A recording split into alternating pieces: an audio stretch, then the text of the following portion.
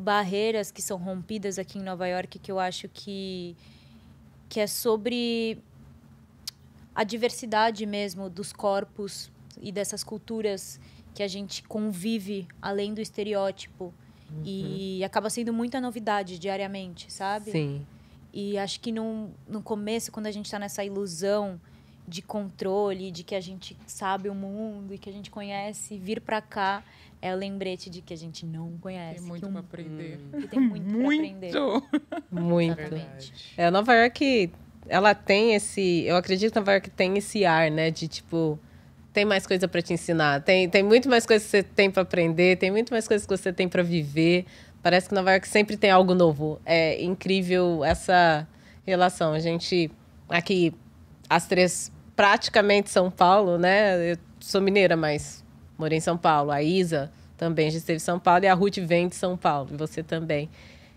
A gente tem essa comparação de duas cidades grandes em movimento, mas eu sempre acho que Nova York é muito intensa. Tem muito mais intensidade a todo momento, assim. Aquela coisa... Né? Parece que é panela de pressão esse lugar. Você não consegue ficar parado, você não consegue ficar parece que quieto. é uma cidade que não descansa. Você não é? Não descansa. Se você deixar, você vai indo que você não tá percebendo. Você perde noção do tempo, você perde tantas noções. Às vezes você perde até noção de você mesmo. Sim. Você fala, opa, Sim. espera lá. Mas foi bem isso que aconteceu comigo.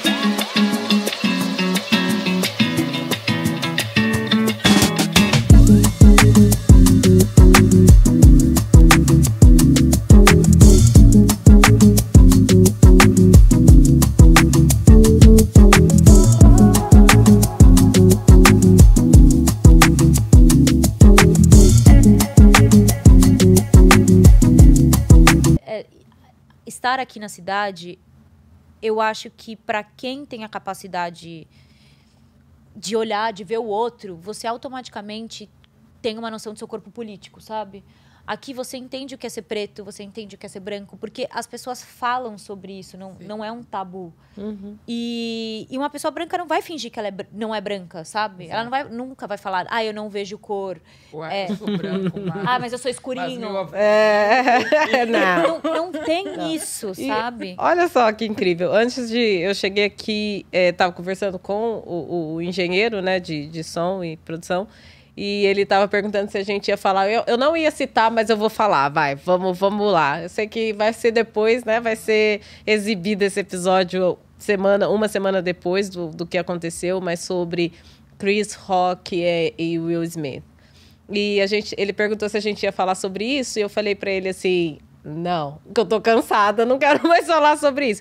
Porém, a gente, conversando, a gente entrou no ponto de Todo Mundo Odeia o Chris, o show, o tanto que é estereotipado, como a Ruth estava falando.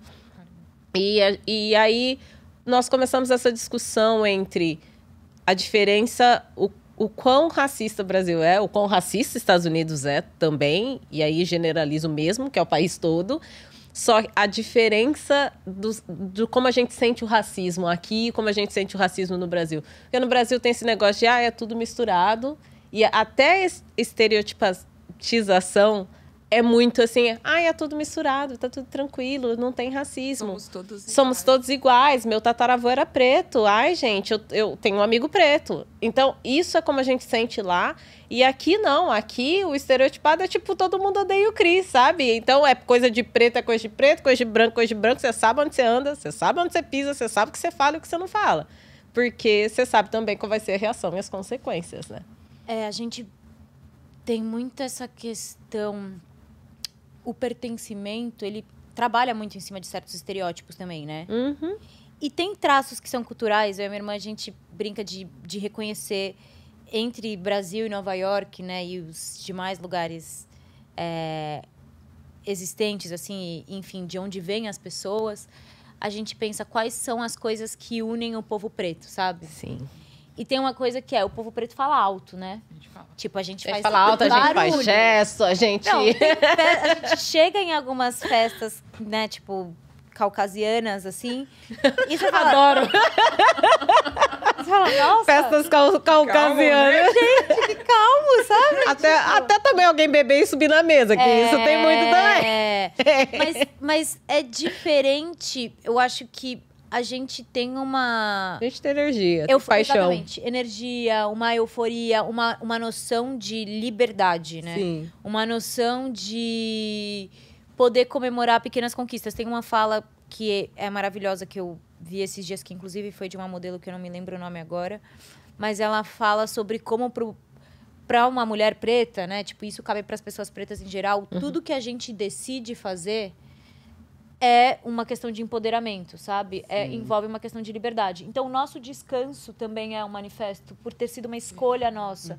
Porque durante tanto tempo, e o contexto faz de tudo, que tem tudo a ver com o tapa, né? Sem falar diretamente, mas o contexto faz de tudo para dizer como a gente deve agir, como a gente deve fazer, como a gente deve sentir, qual é o nosso lugar. E então, a gente conseguir se apropriar do que a gente sente, fazer as nossas escolhas por nós, porque nós somos livres para isso, porque nós temos o direito disso, já é uma coisa muito grande, sabe? E inclusive, falar alto, se eu posso, sabe? E tem lugares e lugares, não é que o povo preto não tem a capacidade de falar baixo, a gente tem a capacidade de fazer o que a gente quiser. Inclusive, falar baixo, pelo amor de Deus, né? Pra quem faz tanta coisa, contra tanta falar baixo é o mínimo, né? Tem, Exato. Falar baixo não é nenhuma questão, mas é esse lugar expansivo que a gente tem como cultura. Então, a gente entende que realmente tem isso, mas a gente não pode resumir o povo preto a um povo que grita, porque isso não é uma verdade. Isso é um estereótipo, que é um pouco como funciona a série, né? Que a gente estava falando agora.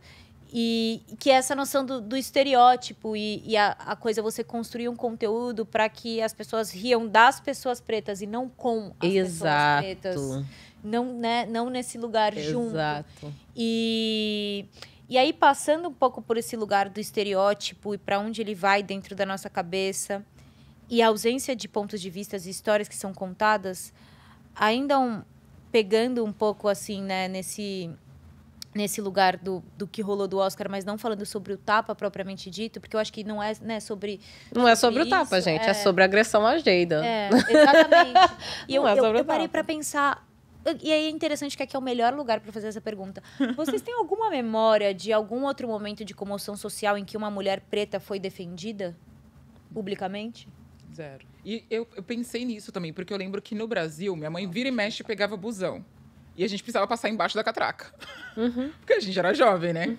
E eu lembro que uma vez um cobrador esculachou minha mãe de tudo quanto é nome. Uau. Tudo quanto é nome. Não teve uma alma viva pra falar nada. E a reação da minha mãe no momento foi: se eu tivesse um homem aqui comigo, eu tenho certeza que você não estaria falando isso. Então, eu parei pra pensar muito nessa reação do Will. Sou completamente favorável a isso do Will. Já vou falar logo. Tá certo, não tapa? Não tá, já. Não tá. Mas eu sou completamente favorável, porque eu acho que a gente precisa disso, sabe? As mulheres pretas, principalmente, elas estão em situação... A sociedade tá todo momento nos escrachando, sabe? Colocando nessa situação de vulgaridade, de baixa... Não de baixaria, mas de desumanização. Desumanização. Exato. E acho que é necessário ter alguém. Então foi lindo que o Will fez exatamente por isso. Porque eu me vi ali, eu falei, nossa, alguém stand up pra uma mulher preta, sabe? Exato. Colocando a reputação dele Não, à noite, o ápice exato. da carreira dele em risco Não. por causa de um amor. E não quero dizer que... Não vou partir pro contexto da masculinidade heróica. Não. Mas o homem, querendo ou não, um homem tem um certo privilégio em relação à mulher preta. Então vamos usar esse caralho desse privilégio pra fazer alguma coisa. Exato. Sabe? Já que você quer falar a todo momento que você quer fazer mudança, quer isso, quer aquilo, então faça. E foi isso que o Will fez naquele momento. E tem algumas coisas que são... A respeito disso também, quantas outras... A gente já teve diversos protestos no Oscar, né? Protestos acadêmicos, de certa forma. Que ficam saturados, sabe? Exato. A gente lembra que uma vez foi trazido eu não lembro exatamente, um povo nativo ou uma pessoa indígena para fazer um discurso sobre as questões ambientais. A gente teve, volta e meia, falas também de pessoas estrangeiras falando sobre a questão acadêmica como é excludente. Mas existem existem lugares que têm que ser questionados e outros lugares que não têm que ser ocupados, né? E eu acho que o questionamento ali, o tapa e tudo isso, o questionamento, o lugar onde acaba sendo vulnerável, eu acho que de forma toda, que a gente tem que questionar também, é esse lugar da academia, né? Porque tudo isso, no fim das contas, qual é esse ambiente acadêmico que pode agredir uma mulher preta, sabe? No sentido de que a violência física ela é muito mais visível, mas a violência psicológica, a violência verbal, ela é muito nociva também, né? E assim, a violência física ela é visível. A violência verbal, moral, né? Ela não é visível. Então, ela passa muito bem desapercebida na sociedade.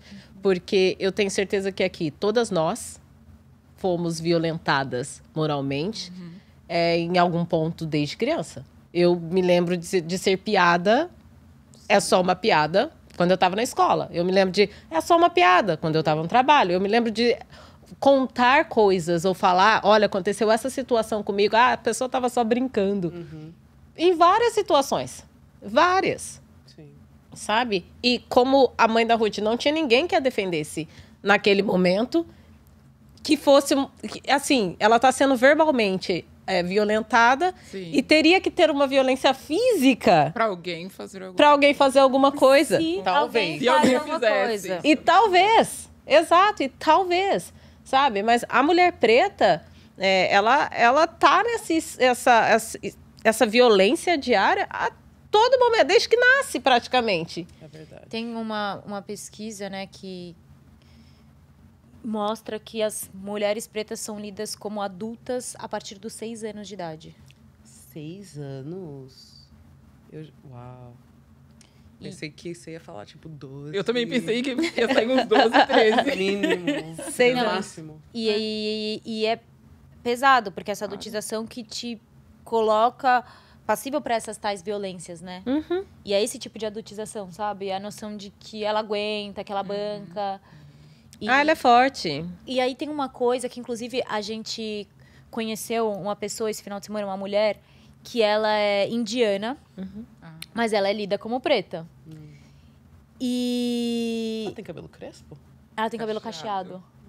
Só que tem isso também, ela descoloriu o cabelo, ela descoloriu o cabelo, Tá meio loira. ela usa uma lente também, então são coisas que... Mas a pele dela é escura Sim. e a gente basicamente leu ela como uma pessoa preta. Mas ela não é uma pessoa... Ela não tem origem africana, ela não tem a cultura, ela é lida como... Mas ela não se identifica, sabe? Ela não pertence a essa cultura. Ela não é, né, no caso. E aí é muito louco, porque ela cresceu dentro de uma comunidade indiana muito religiosa. Ela estava contando bem tradicional, então muito da cultura, da qual eu não sei muita coisa. Mas pelo pouco que eu sei, né, que eu tenho PhD em Caminho das Índias e Novelo Clone. Quem nunca? Tem essas questões que é uma sociedade, né, muito voltada ao homem, né, a questão da noção de matrimônio, como é importante Sim. essa relação. E ela tem uma coisa bem da construção feminina, um quê de princesa, assim, não sei se você identificou isso, que é uma fragilidade, uma questão bem do feminino, que é uma fragilidade, eu acho, assim, uma certa inocência para certas coisas. E aí, num debate, assim, né, pensando um pouco sobre isso, eu estava pensando, será que se ela fosse uma mulher preta, que se reconhecesse como uma mulher preta, que entende essa noção de pertencimento, no lugar do que é ser uma mulher preta, o que a sociedade exige, né, o que a sociedade te dá, e o que você acaba desenvolvendo como aprendizado, ela teria tanto dessa inocência e Esse dessa jeito doçura princesinha, e dessa coisa, exato. Porque a sociedade não, muitas vezes, que é, né, o debate inicial do Am I a not a woman, né? Do tipo, e eu também não sou uma mulher. Muitas vezes, pela sociedade não nos ler como essa mulher tão frágil e tudo mais, a gente realmente vai perdendo parte da nossa Sim. fragilidade. A gente mata um leão por dia como se isso fosse fácil. Como se fosse normal. Exato. Não é normal. Não é Não fácil. é normal. Não é mais fácil pra gente. Não é sabe? aceitável. Exato. E aí, esse tipo de essa falta de malícia que a gente não tem, né? Porque nós fomos essas crianças que com 6 anos foram lidas como adultas. Certeza. E que nessas leituras, e que muito que a gente foi insistindo, né? Eu falo que com 6 anos lidas como adultas, mas até os 18, onde a gente ainda era criança e quer fingir que é adulta e ainda não é, mesmo a sociedade te lendo assim.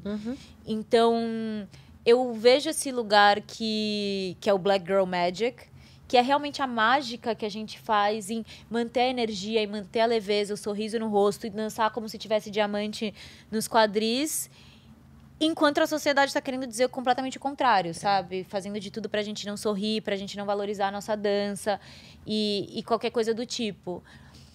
E aí, isso já é muito conflitante, né?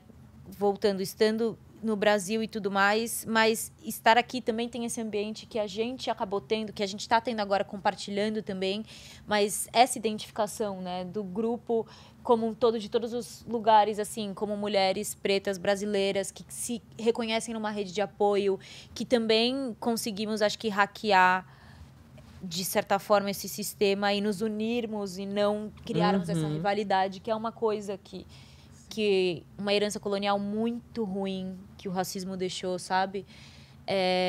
Essa noção é o tipo de coisa que aqui nessa cidade que dá a noção de que estamos em temos o mundo todo, né? Por essas ruas,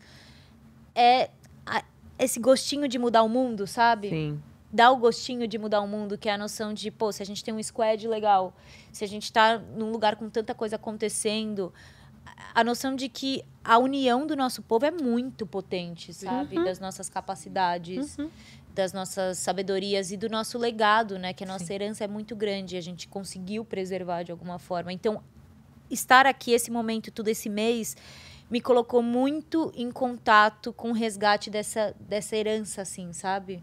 Como um todo. Você diria que esse resgate... Vou falar resgate ancestral. Pode ser?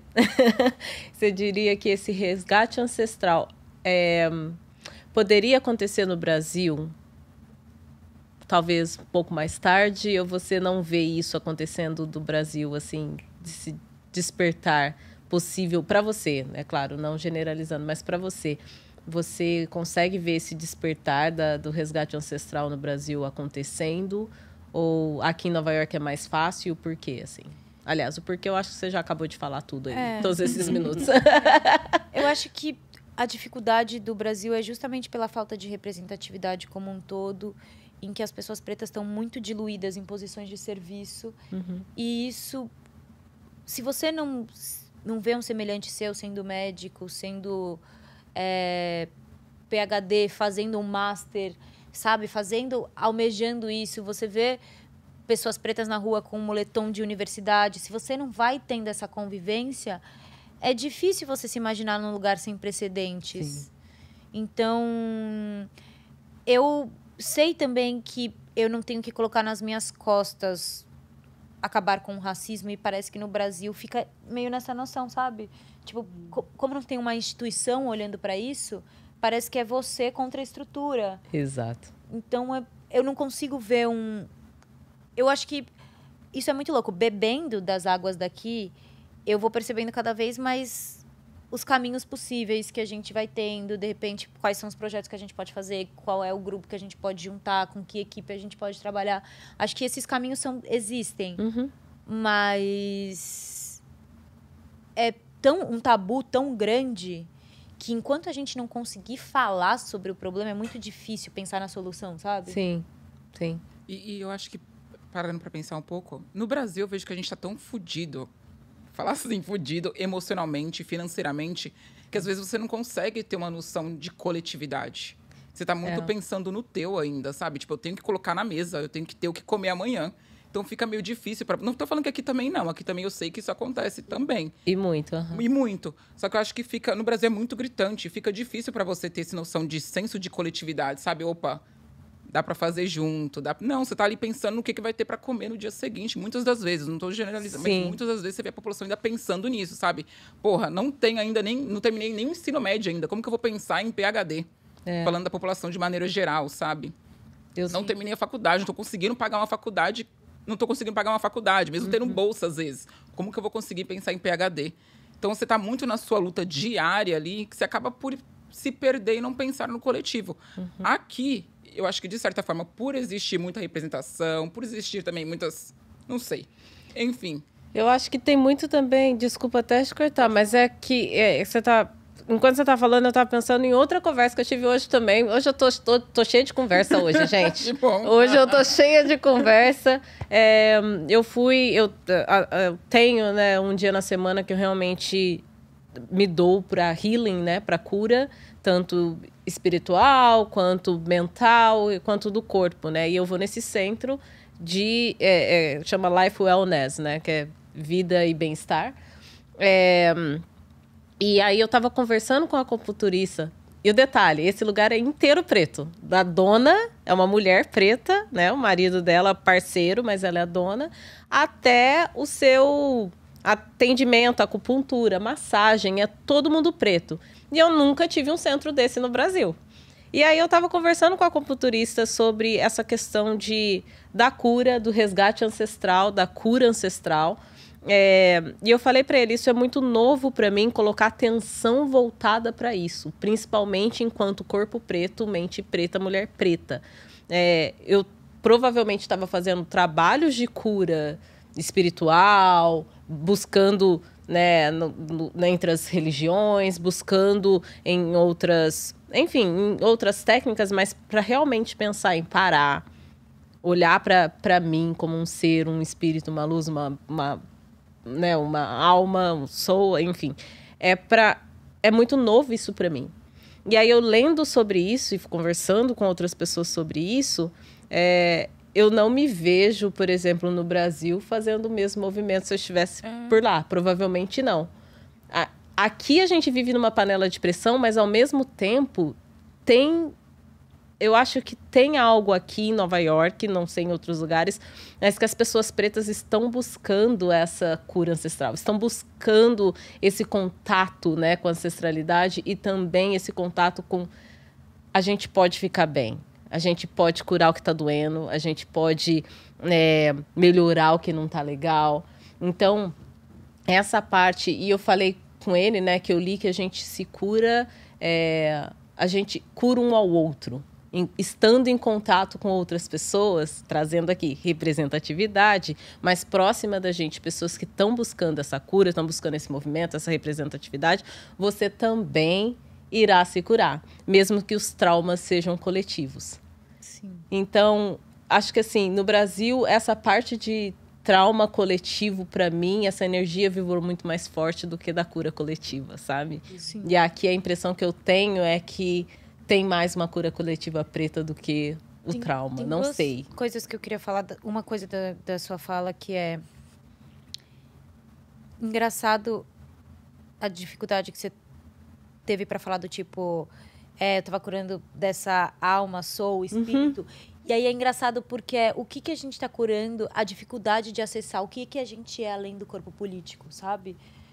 Do tipo, Sim. porque o que eu tava curando é esse lugar que além de ser uma mulher, além de ser uma mulher preta, esse lugar qual é a minha humanidade. Sim. Que é possível de gerar identificação, né? De forma geral e que vai além do meu corpo, além do corpo, sabe? preto. E é disso que a gente quer cuidar, né? Sim. E porque é para isso que a gente está pedindo que olhem, né? Para além desse corpo político, para além da minha pele, para além do meu quadril, para além da minha carne, para além do meu tom de voz, para além de tantas coisas que a gente coloca como camada para apontar o dedo, para falar sobre outro que a gente quase que não consegue acessar as pessoas mesmo, né? E por isso que precisa ser curado esse lugar. Porque olha quanta coisa que tem até chegar lá, né? E se tem tanta coisa, assim, isso vira barreira pra gente também. Eu tenho uma coisa que eu penso muito que é sobre... Igual a gente estava falando que São Paulo também não é o Brasil. E aí eu penso o que é esse país continental também, né? Sim. Em que a gente nem consegue falar exatamente o que é o brasileiro, porque quando a gente está falando do brasileiro, a gente está pegando o Sul, o Rio Grande do Sul, que quer separar, e a gente tá pegando o Pará, que tá ali, passando no meio, sabe? Passando pela Bahia. Não pode esquecer que tem um Acre em algum lugar. Exatamente, o Acre tá ali também. Então a gente não sabe nem dizer o que. Ainda mais agora no contexto político, com tantas polaridades. Sim. A gente não sabe nem dizer muito bem quem é o brasileiro, né? Quem é o brasileiro? Mas é um brasileiro, ele é uma pessoa com muitas etnias, sem dúvidas, das quais a gente não fala também, porque é tudo. A sensação que eu tenho é que o Brasil ainda é uma colônia, sabe? O Brasil se comporta como colônia. Ele pega as maiores riquezas e exporta. Sim. Ele não estimula a produção interna, não valoriza o produto nacional, não tem uma coisa para crescer. A gente está buscando alguém para ter como referência, porque a gente não sabe qual é a nossa própria referência. A gente não vê a nossa própria referência dentro do nosso próprio povo, né? Exato. E aí, dentro dessa invisibilização tão grande, que é a gente não ter tido narrativas afrocentradas dentro da escola, não ser esse tipo de cobrança no nosso vestibular, não ser essas histórias que contam pra gente, ainda assim tá todo mundo usando branco no Ano Novo, pulando as 7 ondas. Sabe aquela coisa? Gente, é pra enlouquecer o cidadão, sabe? Go with the flow. Não faz sentido nenhum. Não faz. Tipo, eles pegam as partes que convém. Vamos pular a mãozinha, vamos legal, comer uma feijoada. Mas eu acho que é meio mecânico. A gente perde até um pouco da essência do porquê tá fazendo tudo isso. Não, vamos lá. Vamos lá. E eu preciso, né? Vamos lá. Eu preciso. Como que eu vou começar o ano novo em Copacabana vestido de branco? Não, eu preciso. E tem que ser roupa nova, lingerie nova. Novo sem roupa nova. Não tem como. E é uma coisa de... Essa coisa também... Os sambas em que se paga pra entrar, que se paga 70, 100 reais, que tem de monte, né? Também... Quem que tá lucrando com esse dinheiro? Qual é o público desse samba em que se paga... Pra que bolso tá indo, né? Exatamente. Quem que ganha na super feijoada do centro da cidade, no bar tradicional? E, cara, qual que é a herança dessa feijoada? Qual que é a herança desse samba que era crime de vadiagem fazer até certo tempo atrás, sabe? Exato. É muito doido pra pensar e não tem ninguém falando sobre isso.